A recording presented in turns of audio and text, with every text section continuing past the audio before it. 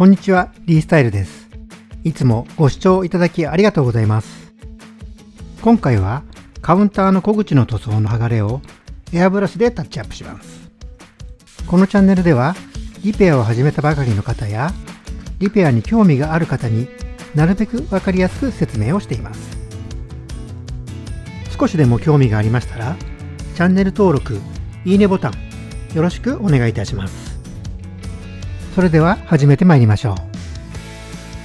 こういったカウンター材は工事中は傷防止のため段ボールなどをかぶせ養生テープで押さえられています。そこまでは良いのですが、養生を剥がす際に気をつけないとテープで塗装を引っ張ってしまいます。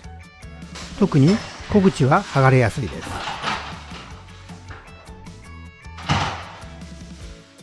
このように剥がれてしまったものは筆や刷毛などではきれいに塗れないのでエアブラシを使います。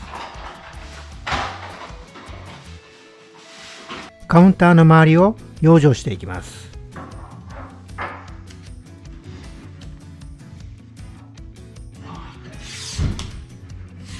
マスカーを貼る際はまず最初にマスキングテープを貼り、その上からマスカーを貼っていきます。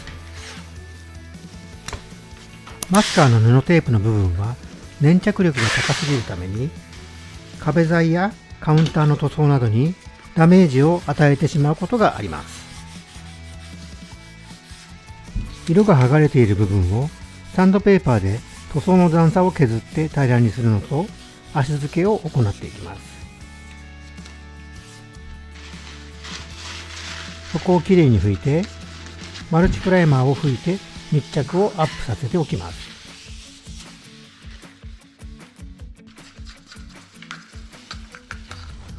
塗料は顔料を薄めて使いました。ケイニヒの113番にベスコの980番黒を少し足して作りました。少し粘度が高いので NC ソルベントで多少希釈して拭きます。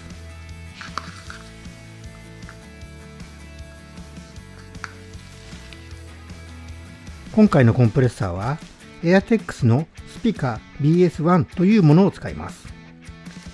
小規模のぼかし塗装には十分です。3段階の切り替えができます。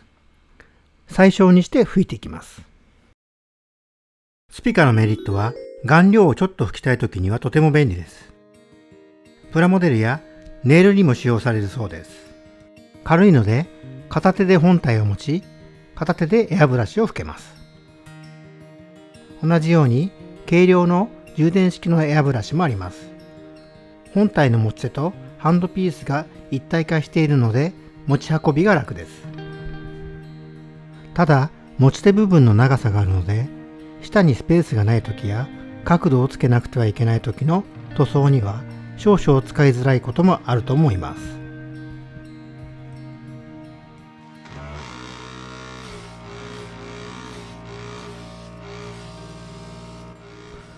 木目を隠蔽しないように薄く吹きつけていきます。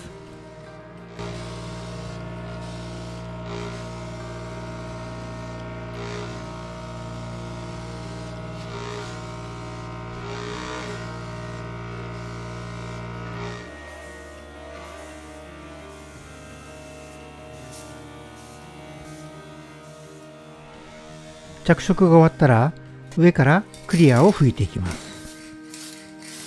エアウェールのアクリルの三分艶を拭いていきます。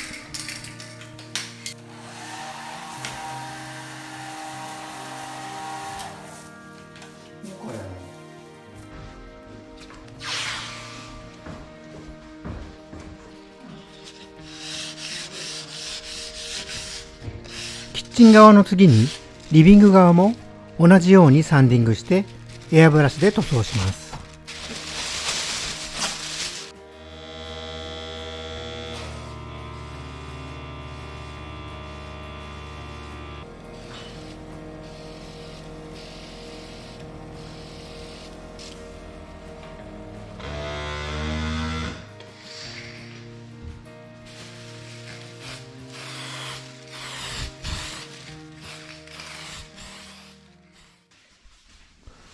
拭き終わったら養生を剥がしていきます。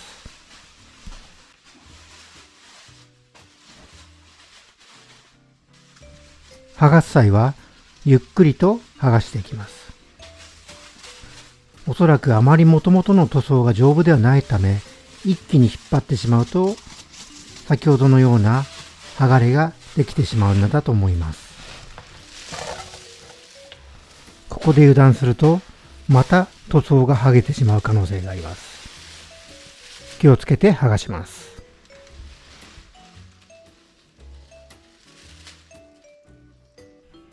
こちらで終了です。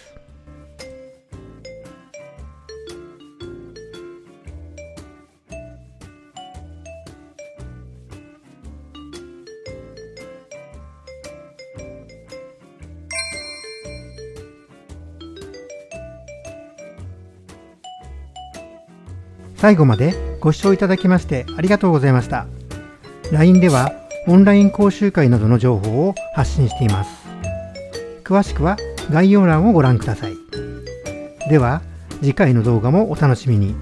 ありがとうございました。